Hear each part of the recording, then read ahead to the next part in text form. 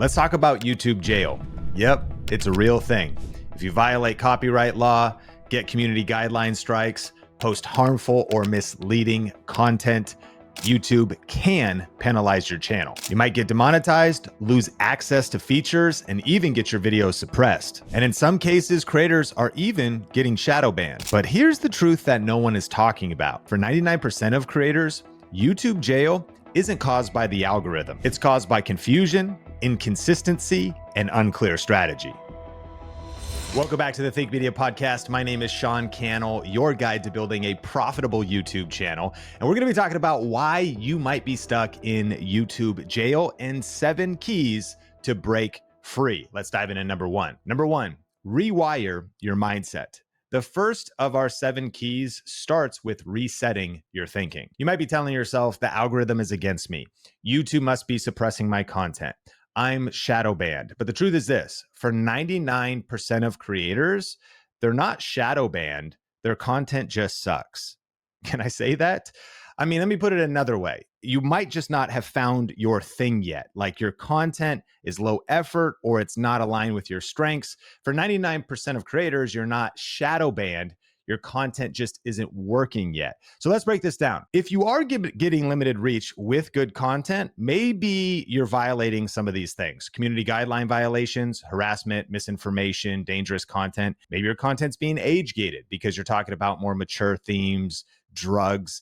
That can throttle your content. Maybe you're uploading reused or low effort content.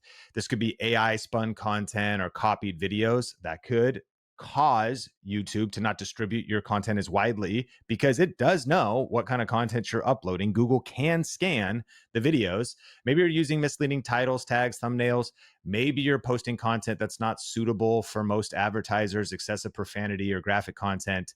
Maybe you've ignored copyright rules or received strikes. But let's assume that you've cleaned all that up. You've read the guidelines, you've made adjustments. That's step one.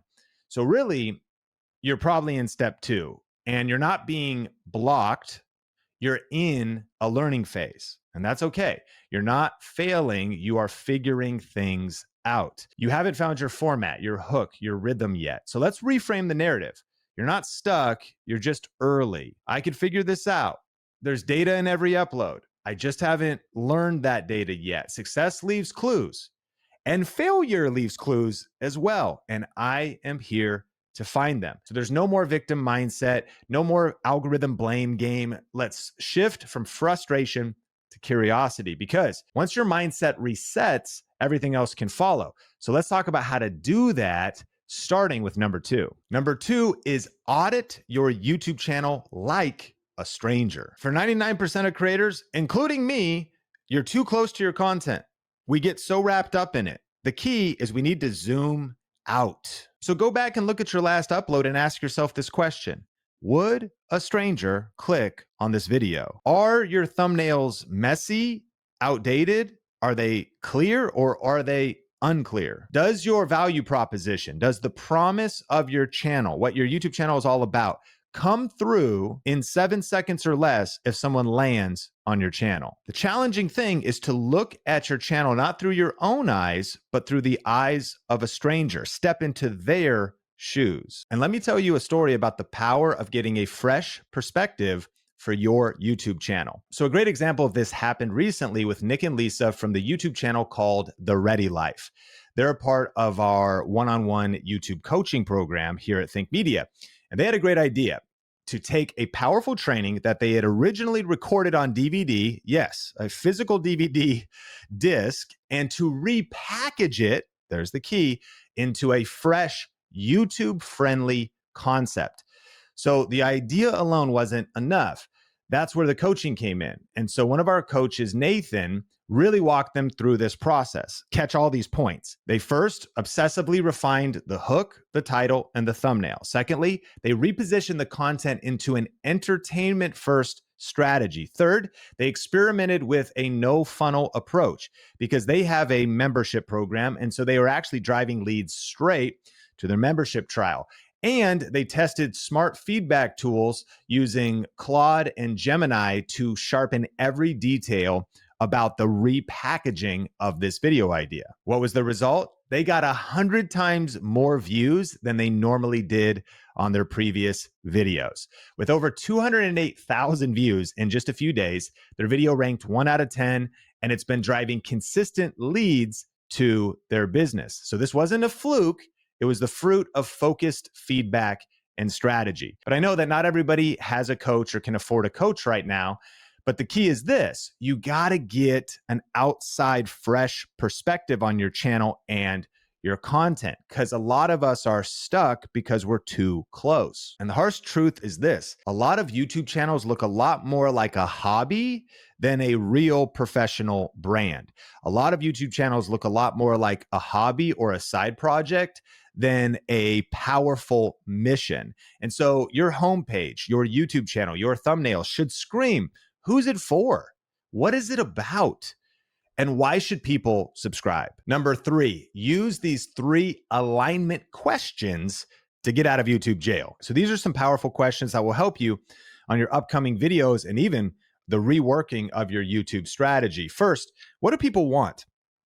What are people searching for on YouTube? What are people asking ChatGPT and AI? What are the trends that are happening right now in your industry? What are the trends happening adjacent to your industry that might be related that you could tap into? What are the biggest pain points of the people that you want to reach with your content? The second question is, what do you know? Because it's at the intersection of something you can talk about at a level of skill. It's not like you have to be some super expert, but you're competing with others on YouTube that are at various levels of experience and expertise. So it's really helpful if you're developing mastery and going deep and staying in your lane, if you will, with the things that you know. So what are your biggest skills? What are your biggest passions, the things you love to research? What is your experience and life experience, good and bad?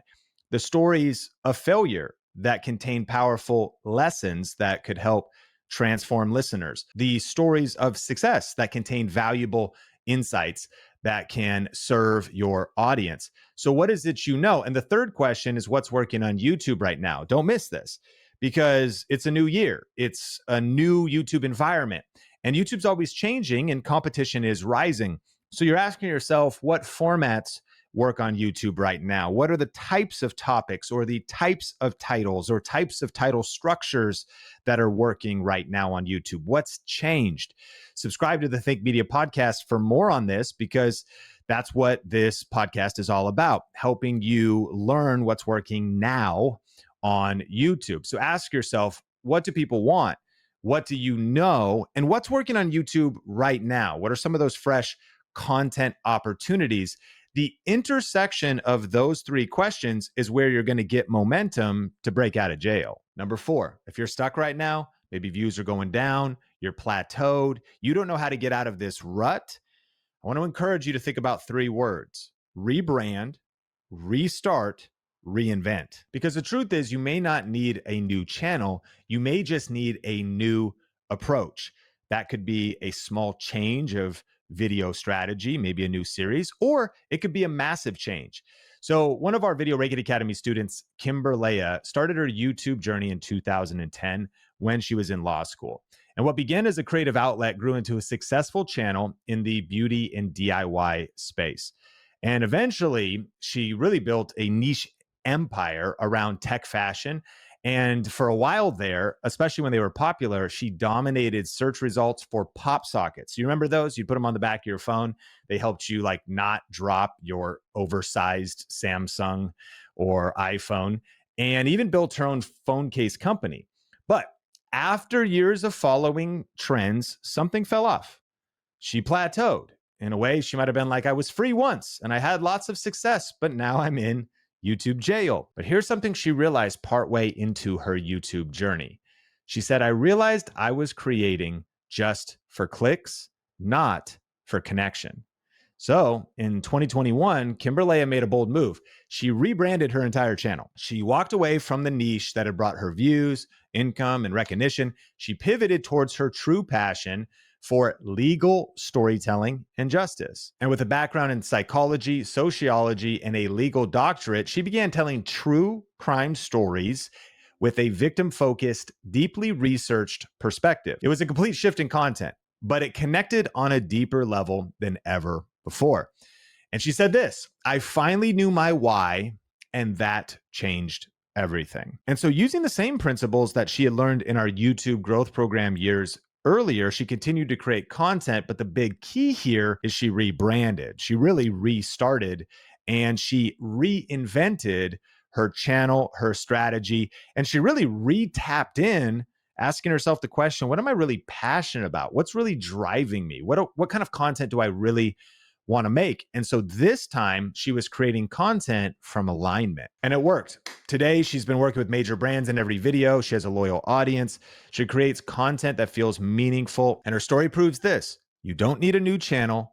You need a new approach. And I think here's an important mindset shift. Rebranding isn't a step backwards. It's how you restart wiser, smarter, with all the lessons that you've gotten up to that point. And so while it might feel like a few steps back and even be painful because you already have momentum in one direction, you are ultimately making progress forward as a result. And sometimes your next level is on the other side of letting go of what used to work. So here's a few thoughts. Maybe you need to launch a new series, maybe switch up your titles, your thumbnails, your energy, your editing, maybe clarify your channel's promise, what every video delivers. We often say small tweaks lead to giant peaks. So it could be just a subtle rebrand, a fresh start, like a new season 3, season 4 of your YouTube channel, or an entire reinvention like Kimberlea did. Whatever that is for you, remember this: YouTube rewards reinvention, not repetition. People like novelty, they like new. And YouTube could be challenging because if you keep doing the same thing over and over again, you will get diminishing results. The best creators know how to continually rebrand, restart, and reinvent. Number 5, use smart tools to break free. The truth is this: if you're not using software and AI as a content creator, you're going to get left behind. Not only to just help you go faster, but also for brainstorming, having conversations about your videos, your channel, your topics, doing deep research, and all that kind of stuff. In fact, I'm curious, what tools do you actually use as part of your YouTube workflow? If you watch the YouTube version of the podcast, drop it in the comments. If you're on audio, you can't really comment. But if you hear this right now, can you leave a review? Maybe drop a review on Apple or Spotify. It actually really does help the show. But one of the tools we talk about at Think Media here a lot is vidIQ, and specifically the outliers tool. Now, what's an outlier? An outlier is simply a video that you post on your channel that does better than the typical video you post on your channel. So if you normally get 100 views a video, if you posted a video that got 1,000 views, that would be a 10x outlier. And the cool thing about the tool is there's actually a free version. If you go to vidiq.com/think or use the link in the description, you can get vidIQ. You could get the Google Chrome plugin, and that'll start showing you a little colored code on your own videos and other people's so you can quickly spot the outliers on a channel. But once you get inside of the software, which I think you got to sign up, there's a $1 trial if you want to check it out. But once you get inside of it, you can actually start researching outliers in your niche. So what you're doing is you're typing in your channel topic. Maybe you're doing homesteading, sourdough, some kind of a channel like that for a conversation example. And you type in like sourdough recipe. And what you're going to look at is it's going to bring up outliers. You can, in fact, even say, I only want to see videos that are at least a 5x outlier. Now, here's the big idea here. You can see a lot of small channels that are getting big views. This doesn't just mean videos that are getting a lot of views. It means videos that are having disproportionate success to the channel's size, focusing on channels of all sizes. And what you can do is target in the details of the tool. So you can say, I only want to see videos in the last 6 months. I only want to see videos that are at least 5x or above in their outlier score. They're getting 5 times the views of the channel. I actually only want to see channels that have under 50,000 subscribers because maybe that's similar to your channel size. You don't want to see channels with millions of subscribers. They're more established. They might have a team. It's possible for you to break free. It's possible for you to get out of YouTube jail. And so by spotting these video idea opportunities with like an outliers tool, it's a great way if you're in a rut of videos to get fresh inspiration and fresh strategy. I actually call this the viral remix formula. I think that's the way to think about this. You're spotting viral videos, seeing their titles, seeing their thumbnails, even studying the content, and then you're not copying it, you're remixing it. And the thing is, you could try to do this without software, but it's going to be tedious and challenging to even find the channels that are breaking out. That's why a software tool like vidIQ helps you identify those viral videos in your niche, helps you then study why they're winning, like what's the topic, the packaging, what's their delivery, helps you remix the idea then through your voice and angle. And you may even use a very similar title or thumbnail idea that's proven, but what you're going to do is you're going to personalize it, hence the viral remix formula. And so that's just one example of tools. We'll be covering more tools on the podcast in the future. And if you actually want to give the outlier tool in vidIQ a try, you can go to vidiq.com/think. Or just click the link in the show notes. You can try it out for just $1. I'm an affiliate. That's the relationship. And so if you sign up and love it, like I know you will, then eventually I'll get a commission of some kind. But if you don't like it, you can also just cancel and you'll be short $1, but you still will have made progress on your YouTube channel because one or two outlier video ideas applied to your niche can absolutely break you out of YouTube jail. Number 6, if you want to get out of YouTube jail, stop going it alone. So there's a movie called The Shawshank Redemption. And in the movie, Andy Drufus is a quiet, determined man who's wrongfully imprisoned.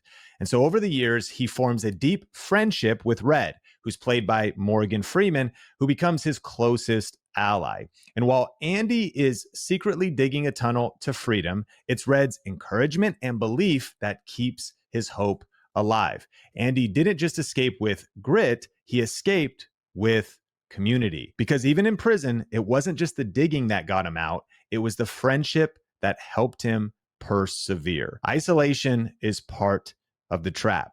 And I hope that you feel like on the Think Media podcast, you've got myself and the Think Media team in your corner and that you feel a little less alone listening to this podcast. But I want to encourage you to seek out and form deeper community. And hear me, I'm not just slipping this point in because one of the things that we offer at a deeper level here at Think Media is a private YouTube community. I'm sharing this point because it's actually based in like real scientific truth that if you want to do something hard, a community is going to help you get there faster. There's tons of people that have created cool communities. There's different things you could be a part of. I am imploring you to seek one out or to build one or to link arms with some people, maybe locally. Could be tough if you're in a small town. So probably online.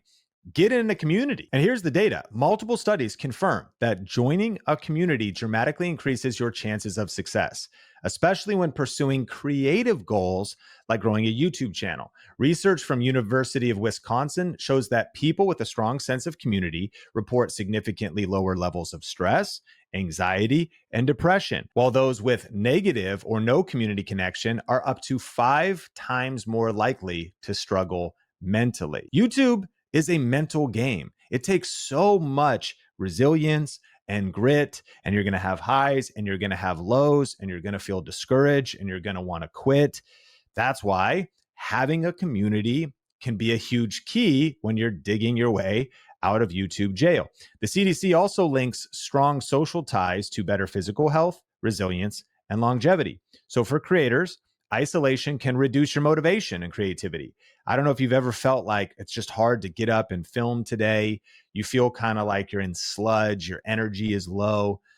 While engaging in a community, it actually boosts your accountability. It's a kick in the pants. You see other people doing it. It keeps the fire lit. It encourages consistent action and fuels innovation through shared ideas and feedback. So simply put, being in a community isn't just encouraging, It's actually an evidence-based strategy. So join a community, take a course, ask for feedback, hire a coach, have the humility to realize that you're going to do a lot better if you get connected to a community. Now, we've covered a lot, and we're going to get to number 7, and I've saved the best for last because we're going to finish this podcast super strong with an activation to get your fire back on YouTube. But I did want to give you a heads up that if you want some deeper dive tips on how to get out of YouTube jail, we're actually giving away copies of my book, YouTube Secrets, for free.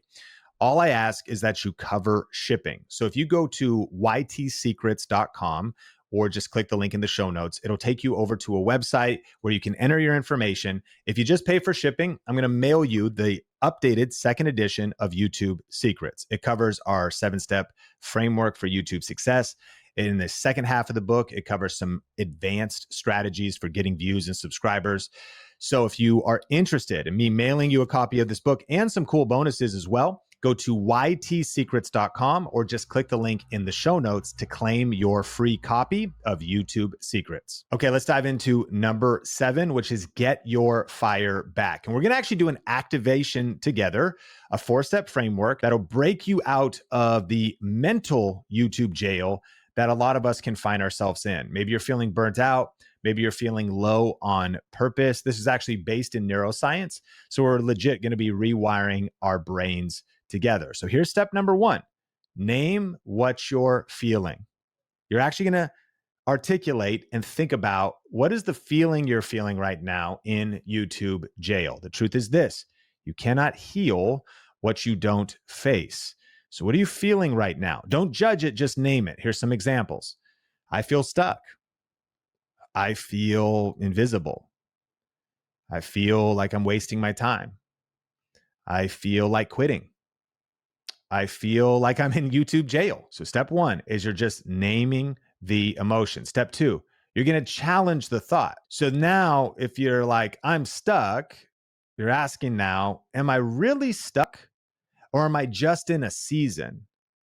So you could ask, is this truly permanent or is this just temporary? So don't skip step number 1. You're going to name a feeling. You're going to identify, I feel like I'm wasting my time. You're going to ask yourself, are you wasting your time or are you practicing? Like, am I comparing my chapter 2 to somebody else's chapter 20? Is there any progress I've made that I'm ignoring? In the early days of YouTube, it's important to count uploads and not views. I saw someone comment on our episode where Pat Flynn said that, and they said, no, I want to count views, and they missed the point. No, of course, eventually we want views, but early on, the mental frame is I'm practicing. So even if my videos aren't getting views, it doesn't mean I'm not making progress. I'm learning what doesn't work. So is there any progress I've made that I'm not ignoring? The fact you got your channel set up, the fact that you're learning your camera, the fact that you're learning how to edit, the fact that you've done 55 unique skills that your neighbors that are just eating ice cream, watching Netflix haven't done. I'm not putting down their lifestyle choices. I'm saying your ambition and you stretching yourself, there's a lot of progress you've made, even if it isn't subscribers or views yet.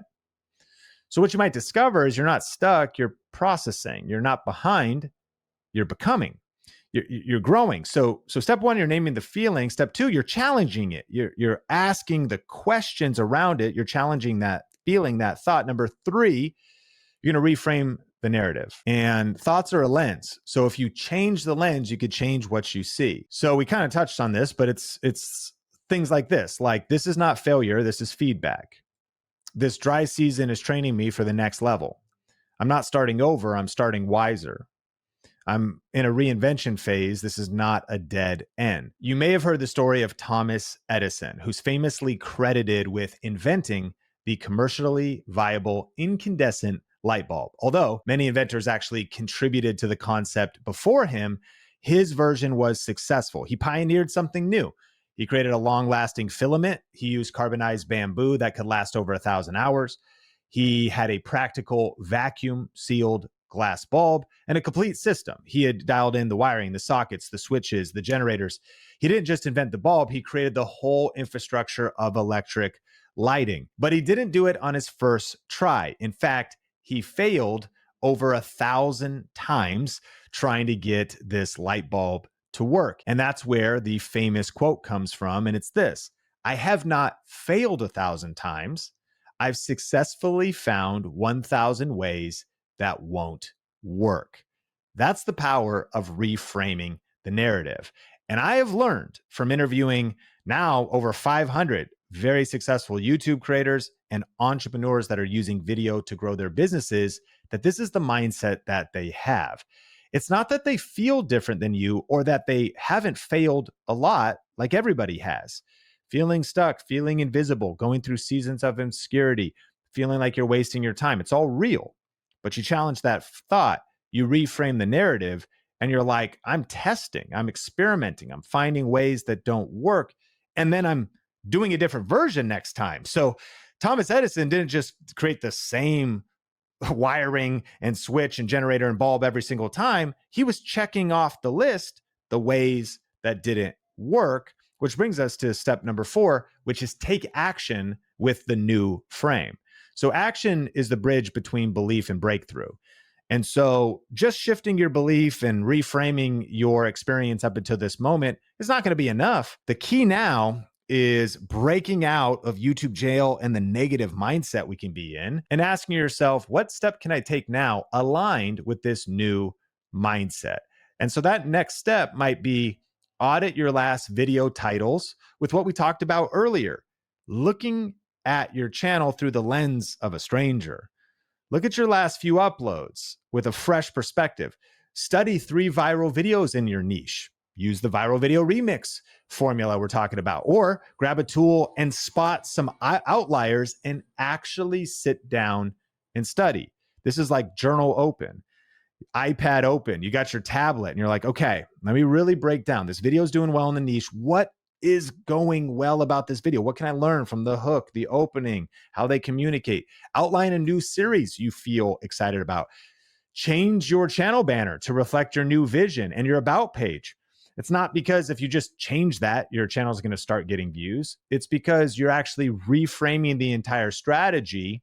You're pivoting your entire mindset like Kimberlea did when we talked about her earlier.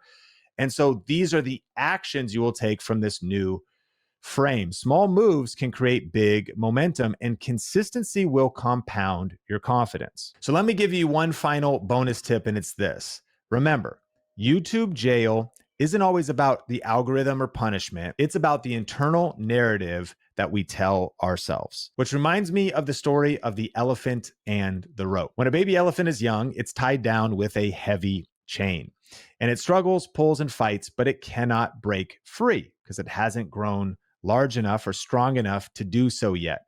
However, over time, they replace the chain with a simple rope. But by then, the elephant doesn't even try to escape. Not because it can't, but because it believes it can't. The rope isn't holding the elephant, the belief is. But here's the truth. You're stronger now. You're smarter now. You've grown.